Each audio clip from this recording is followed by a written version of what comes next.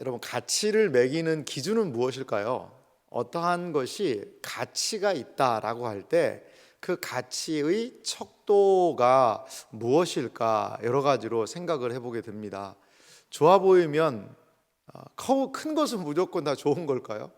어떤 사람이 선물 꾸러미가 있는데 하나를 골라라 그랬더니 큰 것이 무조건 좋다 그래가지고 엄청 큰 거를 하나 딱 골랐습니다. 어떤 사람은 조그만 게 있어서 그걸 골랐어요. 봤더니 엄청 큰 거 안에 뭐가 들어있더니 뻥튀기가 들어있는 거죠. 뻥튀기. 뻥튀기가 가득 들어있었고, 조그만 걸 딱 봤더니 아주 고급 향수 하나가 들어있으면, 물론 뭐 뻥튀기를 좋아하는 분이야 어머 이건 내가 제일 좋아해 그러면서 먹을 수도 있겠죠. 큰 것 작은 것 그것만으로 모든 가치의 기준이 매겨지지는 않는 것 같아요. 한 편지가 좀 발견이 됐다고 그래요. 그런데 이 한 편지가요, 유럽에서 이게 경매에 좀 붙여졌답니다. 그런데 경매의 그 낙찰가가 한 3, 400년 전의 편지인데 엄청나게 비싼 가격에 이 편지가 낙찰이 된 거예요. 이제 고대에 쓰인 편지니까 물론 뭐 가치야 있겠지만 그래도 이 금액이 상상을 초월하는 그러한 금액이 나왔다고 그래요. 사람들이 서로 살려고 한 거죠.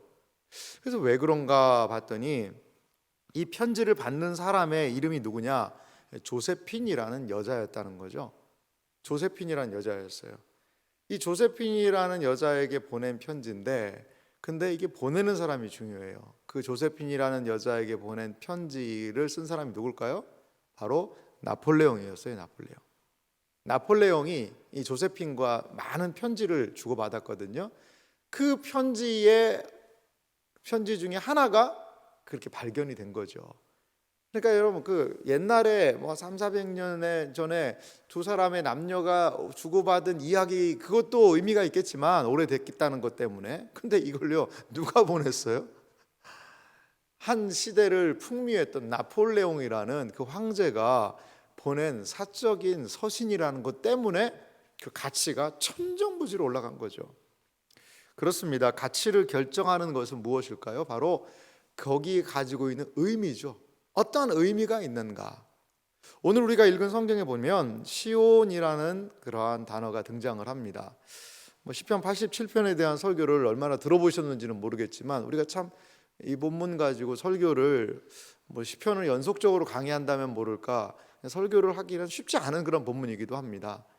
그런데 오늘 여기에 등장하는 단어가 있는데 시온이라는 단어가 상당히 좀 많이 등장을 합니다. 여러분, 시온성이라는 성이 따로 있나요?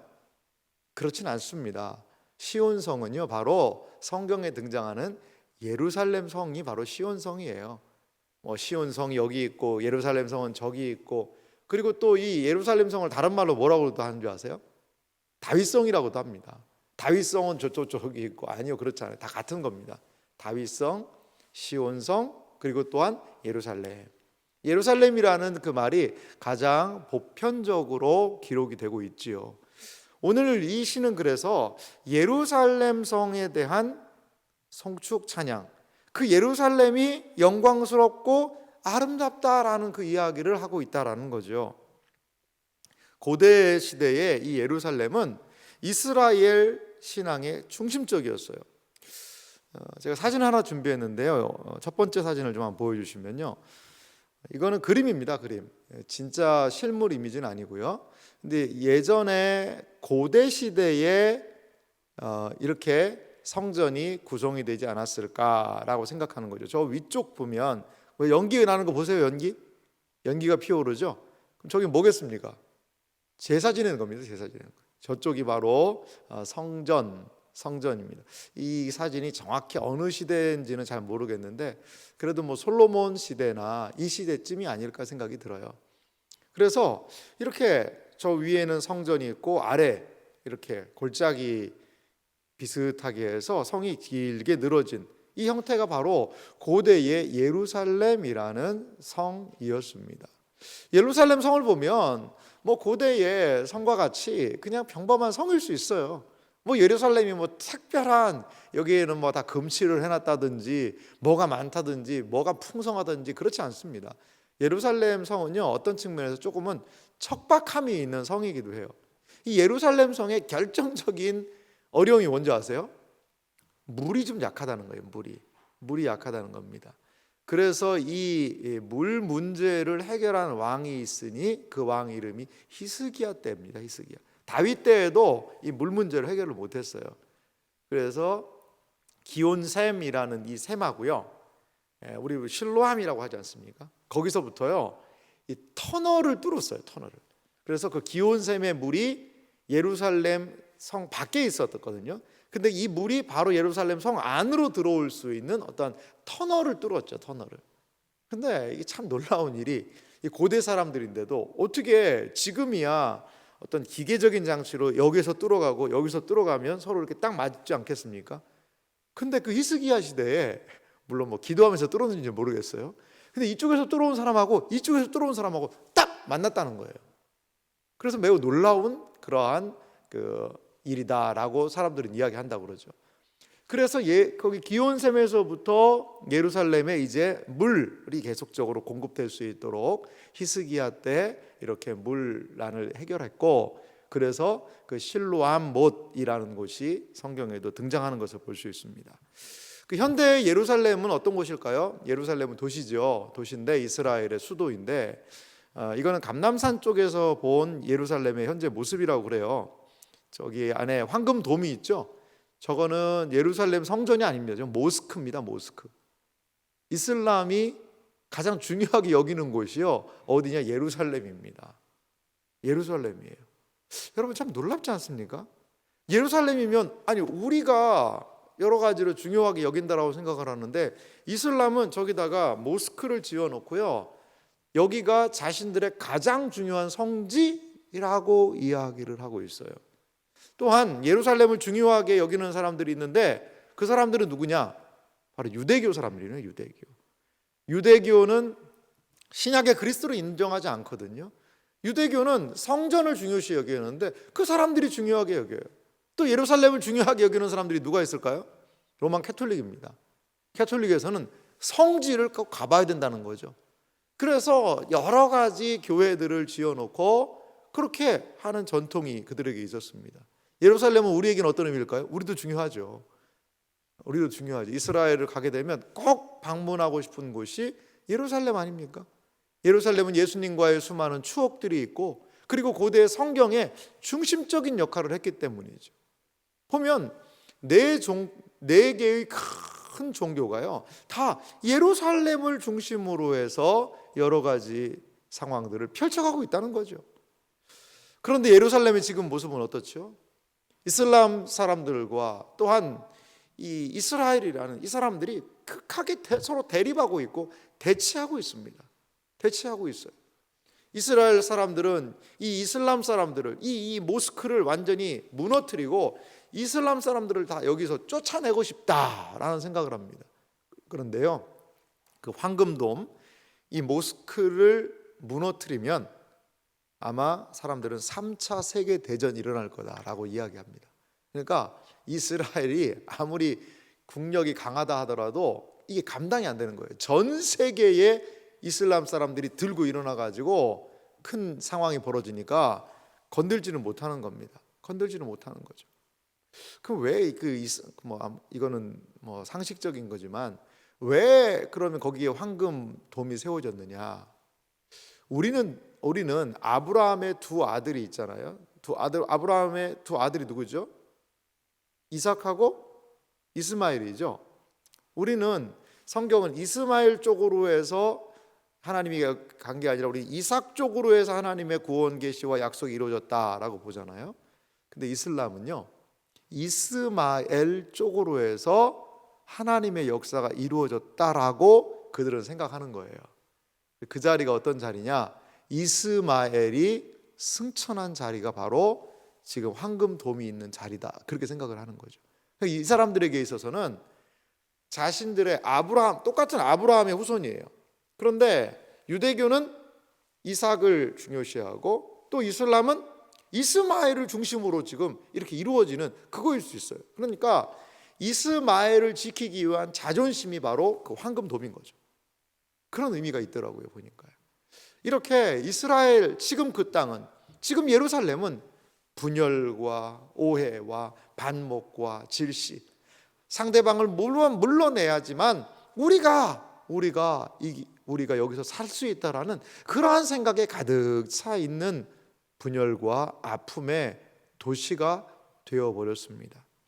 그런데 성경은 왜 이 시온을 아름다운 곳이다 라고 이야기를 했을까요? 왜 시온을 가리켜 영광스러운 곳이다 라고 말한 이유가 무엇일까요? 저는 오늘 시편 87편의 말씀을 통해 시온이 아름다운 이유에 대하여 몇 가지 좀 살펴보기 원합니다.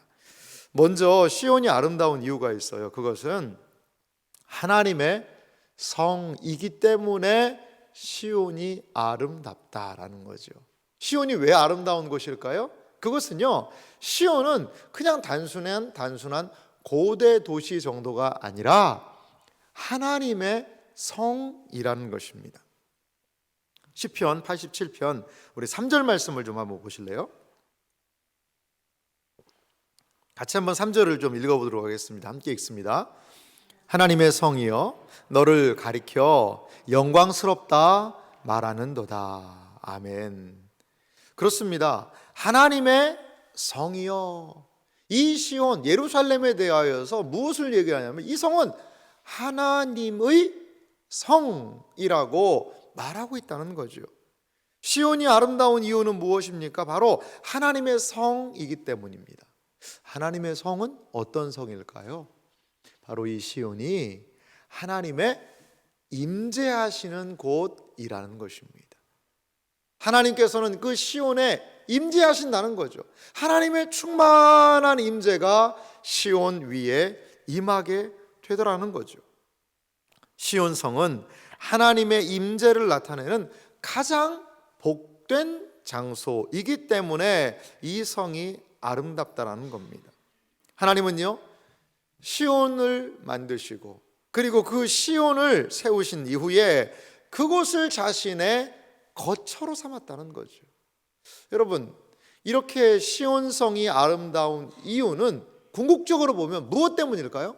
예루살렘 안에 있는 무엇 때문에요? 바로 성전 때문에 그렇습니다. 성전. 시온성이 시온성으로 아름다운 하나님의 성이 될 수 있는 이유는 이 지상에서 딱 한 곳, 하나님의 임재하심에 대한 상징인 성전이 있기 때문이라는 겁니다. 사람들은 그래서 시온을 통해서 하나님의 임재를 경험하게 되죠. 하나님의 임재와 보호하심을 이 시온 안에 있는 성전을 통하여 확신할 수 있게 되었다는 거죠. 그래서 이스라엘 사람들이 생각했던 게 있어요. 무엇이냐면 예루살렘은 절대로 망하지 않는다. 왜? 무엇 때문에? 아니, 하나님이 여기에 임재하신다는 거죠. 하나님께서 우리의 이 성전에 임재하시고 이 시온 성은 그 하나님의 임재의 상징인 하나님의 소유인 성인데 세상 무엇이 어떤 사람들이 어떤 군대가 이 성을 공격한다 하더라도 하나님을 등에 이길 수 있겠는가? 이러한 생각을 이 예루살렘 사람들, 이스라엘 백성들은 했다라는 거죠. 그런데 역사적으로 어떤 일이 벌어졌죠? 그 성전의 기명, 그릇들 다 가져가고요. 사실 법궤는 어디가 있는지 몰라요. 법궤는 누가 가져갔는지도 몰라요. 그래서 법궤를 찾는 영화의 소재에도 등장을 하거든요. 어떤 사람들은 이 법궤가 저기 에티오피아 어디에 가 있다, 그걸 주장을 하더라고요. 어디 사람들이 주장할까요? 에티오피아 사람들이 주장을 합니다. 그 법궤가 우리한테 와 있다. 이 에티오피아도 참 재밌는 나라긴 한데요. 그 자신들의 정통성은 에티오피아 고대 왕국 구스라고 그러잖아요. 왕국의 정통성은 솔로몬이라는 거죠. 솔로몬. 그러니까 시바의 여왕과 솔로몬 사이에 아들이 태어났는데 그 아들이 이 구스의 왕이 되어서 했고 나중에 성전에 있는 법궤까지도 에티오피아로 가져왔다라는 이야기를 그 사람들은 하고 있다고 그래요. 참 재밌는 이야기이긴 합니다. 근데 하여간 그 사람들 얘기예요. 그 사람들. 저는요, 법궤가 어디 있어서 그것을 찾을 수 있다 그러지 않을 것 같아요. 하나님께서 이 법궤는 다 파괴시키신 것 같아요. 다 아마도 그 금으로 돼 있으니까요. 뚜껑 다 녹여가지고 가고요. 그 뭐 다 금박으로 입혀놨는데 입혀놓은 거 다 벗겨가고요. 그렇게 해서 법궤는 파괴되었을 것으로 봐요. 옛 언약의 상징이지 않습니까? 예루살렘 성이요, 그 당시 사람들은 아니 하나님이 임재하는데 우리 성을 누가 건드리나, 이러한 사고 속에서 자신들의 범죄함, 자신들의 하나님 말씀에 순종하지 않는 것은 생각하지도 않고 그 예루살렘 성 자체를요 우상화시키는 거죠. 우상화. 그게 우상입니다. 하나님과의 교제, 관계, 하나님을 만나고 하나님을 경험하고, 그것이 진정한 예루살렘 성의 성전의 의미인데도 불구하고 그것이 잘못 오도되면 그것은 한낱 우상의, 인간의 개인적인 뜻을 반영시키는, 인간의 욕망을 부추기는 우상이 될 수밖에 없다는 거죠. 우상. 참 이게 여러분 중요한 일입니다. 하나님을 만나고 임재의 상징인 성전이 우상이 되어버리는 이 현실. 그래서 예수님은 이 성을 완전히 파괴될 것을 예수님이 이야기하시지 않습니까? 이 돌 하나 위에 돌 위도 남지 않겠다라고, 이 성전이 다 부서질 것을 예수님은 말씀하시는 거죠. 그것은 성전의 기능이 다한 부분도 있습니다만 성전의 우상성, 사람들이 아예 자신의 뜻을 관철시키는 우상화시켜버린 그러한 모습도 우리는 생각해 볼 수 있다는 거죠. 성전이, 시온성이, 예루살렘이 아름다운 이유는 무엇입니까? 거기에 가면 하나님을 만날 수 있는 것. 그것 때문에 이 예루살렘 성은 아름다운 곳이 되었다, 영광스러운 곳이 되었다라고 이 시편 기자는 우리에게 이 고라자손을 통하여서 말씀하고 있는 것을 볼 수가 있습니다. 그렇습니다. 시온이 아름다운 이유, 그것은 바로 하나님의 성이고 거기에 하나님의 임재하심이 있기 때문이라는 겁니다. 두 번째로요, 시온이 아름다운 이유가 있어요. 그것은 무엇이냐면 나의 모든 근원이 여기 있다라는 그러한 성경 말씀이 있어요. 오늘 6절 말씀에 보니까요, 이렇게 7절 말씀이네요. 이렇게 말하죠. 노래하는 자와 뛰어노는 자들이 말하기를 나의 모든 근원이 내게 있다 하리로다. 이 성을 향하여, 시온성을 향하여 사람들이 말하는 겁니다. 나의 모든 근원이 내게 있습니다. 이 성에서부터 예루살렘이 모든 것이 근원이 있다라는 거죠. 자, 여러분, 이것은 시온에 임재하시는 하나님의 저는 특성이라고 봐요. 하나님께서 모든 것의 만물의 시작점이 되신다는 거죠. 모든 근원이 이 성에 있다, 시온에 있다라는 것은 거기에 임재하시는 하나님의 성품을 우리에게 드러내 보여주고 있다라는 거죠. 시온 성, 예루살렘 성, 매우 작은 성입니다. 하지만 이것은요, 세상의 중심에 놓여 있는 성이요, 거기에서부터 세상의 모든 것들이 나온다라는 생각을 지금 이 사람은 하고 있는 겁니다. 제가 이제 구글에서 좀 구글링하면서 찾아본 지도가 하나 있는데요, 예루살렘에 대한 고대 지도입니다. 한번 보여주실래요? 이 고대 사람들은 이렇게 예루살렘을 좀 생각했다고 그래요. 이게 뭔지 아세요, 여러분? 무슨 꽃이나 사과 같은 게 아니고 이게 세계 지도입니다. 세계 지도예요. 밑에 보면 아프리카라는 말이 있습니다. 밑에 주황색으로 되어 있죠. 그리고 녹색으로 되어 있는 부분이 아시아 쪽입니다. 그리고 빨갛게 되어 있는 부분이 어느 쪽일까요? 유럽 쪽입니다. 그런데 아프리카와 아시아와 유럽을 연결하는 중심이 있죠. 그게 뭘까요? 그 가운데 동그랗게 있는 곳, 여기가 바로 예루살렘입니다. 여기가. 고대 사람들은요 이렇게 생각했어요. 고대 사람들은 예루살렘이 온 세계의 가장 중심에 있다라고 생각을 했습니다. 물론 예루살렘이요 지리적으로 중심이진 않아요. 결코 그렇지는 않습니다. 근데 어떻게 보면 연결은 이렇게 되어 있습니다. 유럽하고도 나가는 길로 터키 쪽하고 연결이 되어 있고, 물론 아시아 쪽으로도 연결이 되어 있죠. 그리고 거기서 좀 더 내려가면 뭐 아프리카 대륙하고도 연결은 되어 있지요. 그런데 이 지도 하나가 딱 보여주는 것은 무엇이냐? 예루살렘은 세상의 가장 중심에 있다는 거죠. 이것은 신앙적인 측면에서, 종교적인 측면에서의 예루살렘의 중심성에 대해서 우리에게 고대 사람들의 생각을, 예전 사람들의 생각을 우리에게 보여주고 있다는 겁니다.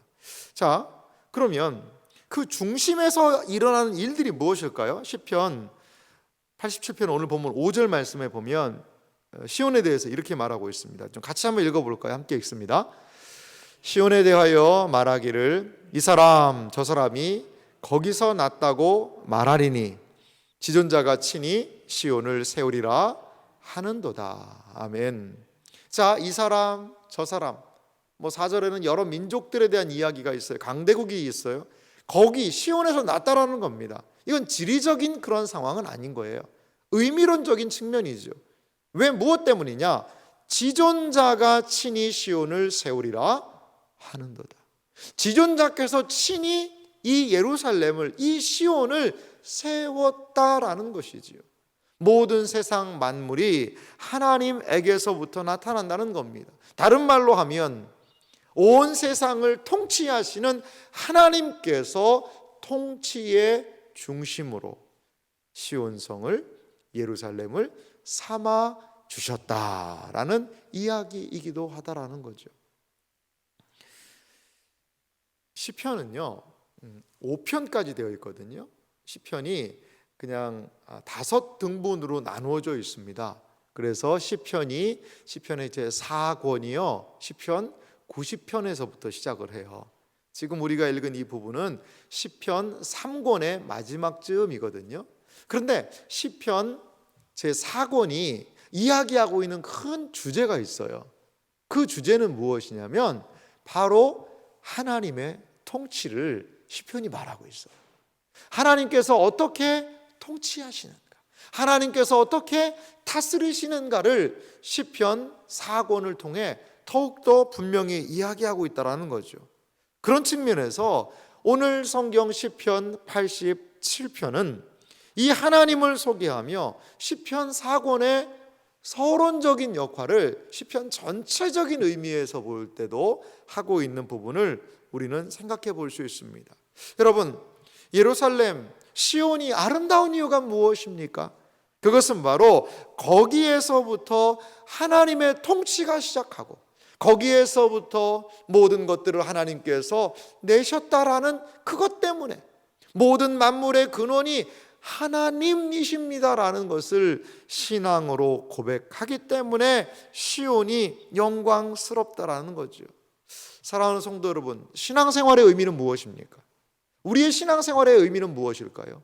우리의 근본을 찾는 것이 저는 신앙생활이라고 봐요. 어떻게 보면요, 이 세상에 있는 많은 사람들은 부모가 있지요. 육신적인 부모가 있습니다.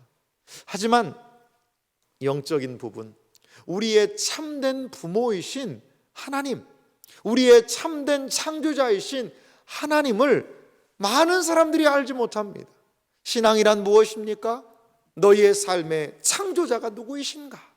너희의 참 부모가 누구이신가? 너희의 참 인생을 만드시고 조성하신 분이 누구이신가를 알려주는 것.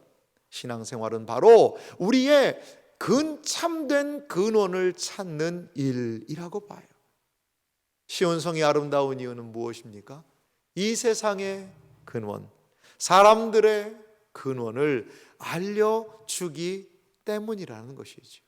시온은 하나님의 성품을 통하여서 이 세상의 참된 근원을 우리에게 알려주고 있습니다. 여러분, 그래서 시온은 겉으로 보기에는 보잘것없는 성입니다. 바벨론 성처럼 그 성벽이 두껍고 성이 화려하고 커서 견고한 난공불락이 요새 그런 것도 아니에요. 물자와 여러 가지가 풍성하게 가는 그런 것도 아닙니다. 해발고도가 꽤 높아서요, 여러 가지 부분에서 적들이 공격하기는 어렵지만 풍성한 만족의 삶을 살기에는 여러 가지 부족한 부분이 있는 성이기도 합니다. 하지만 그 성이 아름다운 이유는 만물의, 인간의 창조의 근본이신, 근원이신 하나님을 만나서 인생의 참된 근원을 깨달아 알 수 있기 때문에 그 성이 아름답다라고 시편 기자는 그 성의 아름다움을 노래하고 있습니다. 사랑하는 성도 여러분, 우리가 신앙생활을 통해 우리의 참된 근본, 근원, 우리의 출처가 신앙 안에서 발견되어지는 여러분들의 삶이 되시기를 주님의 이름으로 소망합니다. 시온이 아름다운 마지막 이유를요, 저는 이제 신약과 연결해서 좀 이렇게 생각해 보았어요. 시온이 아름다운 세 번째 이유가 있습니다. 그것은 무엇입니까? 그것은 주님의 몸된 교회의 예표가 된다라는 것이죠. 신약은 예루살렘에 대하여서 많은 이야기를 남깁니다. 예수님은 이 성, 특별히 예루살렘을 예루살렘으로 기능하게 한 성전이 파괴되고 없어질 것이다 라고 이야기를 합니다. 그렇다면 신약 성경은 예루살렘, 이 시온성을 아예 이제는 예수님 이후로 무시하는 것일까요? 역사적으로 AD 70년 로마 장군 티투스라고 이야기하죠. 그 사람이 예루살렘으로 다가와서요, 이 예루살렘 성을 완전히 무너뜨립니다. 완전히 회파합니다. 역사적으로 한 3번 정도 성을 풀어줬다고 그래요. 이제 이 성을 함락시킬 거니까 너희들은 나가라, 항복하라, 이런 식으로 얘기를 했겠죠. 그런데 참 두 가지 모습이 있었다고 그래요. 유대인들은요, 디도 장군이 와서 성을 포위하고 하니까 그 주변에 있는 사람들까지 다 성 안으로 들어갔다고 그래요. 그런데 우리 그리스도인들은요, 그 디도 장군이 와서 예루살렘 성을 포위하고 함락시키자 어떤 행동을 보였냐면 그 성에서 빠져나왔다고 그럽니다. 무엇이 생각났을까요? 마태복음 24장, 25장에 등장하는 예수님이 하셨던 그 말씀이 떠올랐다는 거죠. 아하, 이게 그 예수님이 말씀하신 일일 수 있겠구나. 그래서 우리 초대교회의 경건한 그리스도인들은 이 성이 이 성을 포위하고 1차 포위를 해서 포위망을 풀 때, 2차 포위망을 했다가 잠깐 풀 때, 그때마다 그 모든 그리스도인들은요, 이 성에서, 그 예루살렘 성에서 빠져나왔다는 얘기를 하더라고요. 빠져나왔다는 얘기를. 그러면 신약 성경은 이제 예루살렘과 완전히 결별하고 이제 독자 노선을 걸어가서 새로운 무엇인가를 구축할까요? 그렇지 않습니다. 신약 성경에서도 여전히 예루살렘은 유효하고 그 의미가 살아있는 것을 볼 수 있어요. 요한계시록 21장 10절 말씀 한번 보실래요? 같이 한번 좀 예루살렘이 어떻게 묘사되는지를 우리 함께 좀 읽어봅니다. 읽습니다. 성령으로 나를 데리고 크고 높은 산으로 올라가 하나님께로부터 하늘에서 내려오는 거룩한 성 예루살렘을 보이니. 아멘. 사도 요한은 환상 중에 하나님께서 보여주신 것을 통하여서 거룩한 성 예루살렘이 하늘에서부터 내려오는 모습을 보았다라고 이야기를 해요. 이 예루살렘의 아름다움을요, 11절은 이어서 이렇게 말하고 있습니다. 하나님의 영광이 있어 그 성의 빛이 지극히 귀한 보석 같고 벽옥과 수정같이 맑더라. 하늘에서부터 내려오는 이 거룩한 성 예루살렘이 아름다운 영광이 있어 빛이 지극히 보석같이 찬란하게 영광스러움을 신약 성경은 이야기하고 있다는 거죠. 신약 성경도 예루살렘 이 시온성을 매우 높이 평가하고 있다는 겁니다. 그러면 여기 요한계시록에 등장하는 이 거룩한 성 예루살렘은 무엇을 상징할까요? 요한계시록 21장에 보면 예루살렘이 성의 아름다움을요 지속적으로 열거를 합니다. 그리고 만국의 사람들이 그리로 들어간다라고 이야기를 하고 여러 가지 많은 것들을 이야기하고 있어요. 그 예루살렘의 정체는 무엇일까요? 바로 이것은 신약의 완성된 교회를 상징한다라는 것입니다. 신약의 교회, 그것은 바로 하나님의 임재에 대한 상징이에요. 우리의 근원을 거기에서 발견할 수 있으며 하나님과의 영원한 교제가 최종적으로 일어날 곳, 그것은 바로 예루살렘이요 시온성이요 몸된 주님의 완성된 교회라는 것입니다. 그렇습니다.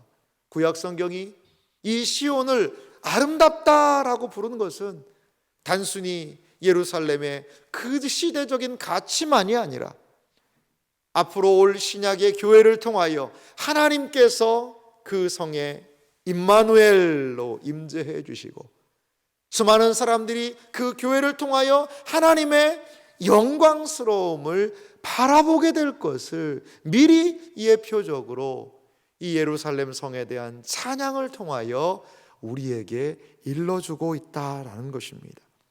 사랑하는 성도 여러분, 교회의 아름다움은 어디에 있을까요? 교회의 아름다움은 어디에 있습니까? 사실 교회라는 말과 교회 건물이라는 말을 우리는 일치시키는 오류를 좀 범하고 있습니다. 그런데 우리의 눈에 보이는 이 건물은요, 사실 교회는 아니에요. 그거를 참 우리 마음 가운데 깊이 새겨야 됩니다. 그래서 어떤 곳에 갔더니 아예 사람들이 하도 그걸 혼돈하니까 교회 들어오는 그 교회 외벽에다 크게 적어놨더라고요. 그 교회 이름을 해서 무슨 교회 당하고 아예 그냥 적어놨더라고요. 교회가 당 모이는 곳이에요. 건물이죠, 건물. 건물 자체가 교회는 아니죠. 그런데 여기서 이제 한술 더 떠가지고 교회를 성전으로 부르는 분도 계십니다. 구약의 그 영광스러운 하나님의 임재의 상징이라고 했던 성전으로 이 건물을 부르는 분도 계세요. 물론 그렇게 해서 이곳이 하나님께 예배드리고 너무나도 소중한 곳입니다라는 것을 더 강조할 수도 있지요. 하지만 엄밀한 의미로 이곳이 성전은 아닙니다. 성전은 아니에요. 성전이라고 하면 1년에 한 3번만 나오면 될 것 같아요. 이스라엘 백성들이 성전에 정기적으로 한 3번 올라갔거든요. 1년에. 그렇다고 좀 보고 있거든요. 물론 본인이 범죄하고 그러면 또 나와서 한 부분도 있겠습니다만 공식적으로는 3번 가기도 합니다. 여러분, 이곳은 성전은 아니에요. 성전은 아니에요. 이곳은 바로 우리 몸된 교회가 모여서 예배드리는 곳이에요. 몸된 교회인 사랑하는 성도님들이 모여서 예배드리는 그러한 장소라는 거죠. 여러분, 교회의 아름다움은 건물의 아름다움에 있지 않습니다. 이 교회를, 주님이 세우신 교회를 통하여 주님을 알아가는 것, 하나님의 말씀을 듣는 것, 그리고 회복, 은혜를 경험할 수 있기 때문에 주님의 세워진 교회가 여러분 아름답다는 것을 믿으시기 바랍니다. 이것이 바로 교회의 가장 중요한 아름다움이라고 저는 봅니다. 예루살렘의 아름다움은 무엇 때문이었나요? 성 자체가 아니었습니다. 그 안에 성전이 있고 하나님의 임재가 있었기 때문에 그것으로 인하여 그 성이 아름다웠듯이 주님께서 세우신 몸된 교회의 아름다움은 그 주님의 몸된 교회를 통하여 인생의 참된 가치를 알고 하나님을 인정하고 나의 근원이 무엇인지를 하나님 아버지를 만나고 창조주 하나님을 만나고 구속주 되신 그리스도 앞에 경배할 수 있는 것, 이것이 바로 교회의 진정한 의미라는 것입니다. 그래서 저는 감히 말씀드립니다. 이 세상은 어떻게 움직이고 있을까요? 세상 나라들은, 이 세상의 많은 사람들은 저마다 돈으로, 패권으로 이 세상을 정치력으로 지배할 수 있다고 생각을 해요. 하지만 하나님의 통치의 방식은 무엇입니까? 교회를 통하여서, 교회의 성도들의 기도를 통하여서, 간구를 통하여서 하나님의 구원과 생명의 역사를 지금도 펼치신다는 것을 여러분 믿으시기 바랍니다. 이게요, 요한계시록이 우리에게 보여주는 비전이에요. 비전이에요. 이 세상에요, 요한계시록을 가만히 살펴보면요, 세상에 여러 심판들이 일어나요. 때로는 3분의 1, 때로는 4분의 1, 3분의 1, 그리고 전체가요 막 심판을 받아요. 그런데 그 심판이 내리는 것 중에 가장 중요한 의미가 무엇이냐면, 하늘 보좌 앞에 있는 그 대접이 있습니다. 막 대접이 막 쏟아져요. 하늘에서부터 이 세상에 대한 심판과 하나님의 통치와 지배가 일어나는 것을 볼 수가 있거든요. 근데 그 대접이 무슨 대접인지 아세요? 성도들의 기도가 그 대접에 모입니다. 성도들의 기도가 올라가서 그 대접에 꽉 차는 것이죠.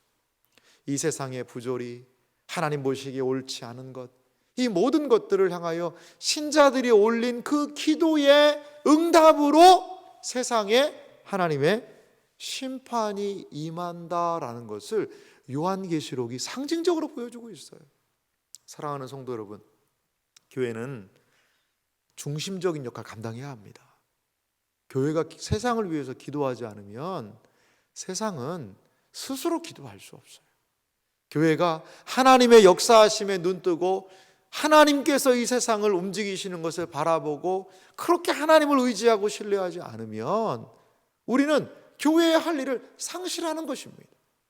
시온이 나의 근원이다, 나의 모든 근원이 여기입니다라고 고백하고 시온을 송축했던 것처럼 신약의 성도들은 교회를 통하여 역사하시는 하나님의 영광스러움에 눈뜨고 교회를 통하여 인생을 회복하고 영혼을 회복하고 그리고 하나님의 놀라운 역사를 드러내시는 것을 우리는 바라보고 또한 기대해야 될 줄 믿습니다. 왜 영혼들이 교회에 와야 될까요? 단순히 사람 늘어나는 것이 교회의 목적인가요? 사람들이 왜 교회에 와야 합니까? 여러분, 몸된 교회에 와서 하나님의 말씀을 듣고 그리고 하나님이 원하시는, 기뻐하시는 그 삶으로 살아가는 것은 그 영혼에게 진정한 만족과 행복이요, 하나님을 만나는 일, 하나님을 아버지로서 인정하고 자신의 삶의 근원을 발견하는 일이에요. 우리 한번 예배드렸던 VIP들을 위해서 그래서 지속적으로 기도해야 됩니다. 이분들이 영혼의 참된 근원이신 하나님을 만나게 하여 주시옵소서. 그래서 우리와 함께 주님을 찬양하며 경배하며 이 세상에서 참된 신자로 하나님의 백성으로서 함께 살아갈 수 있는 힘을 허락하여 주소서. 교회는 그렇게 기도할 수 있어야 한다라는 겁니다. 사랑하는 성도 여러분, 주님의 영광이 시온성과 같은 교회를 통하여 나타나고 있어요. 우리 교회는 시온성과 같이 복된 교회라는 것을 여러분 믿으시기 바랍니다.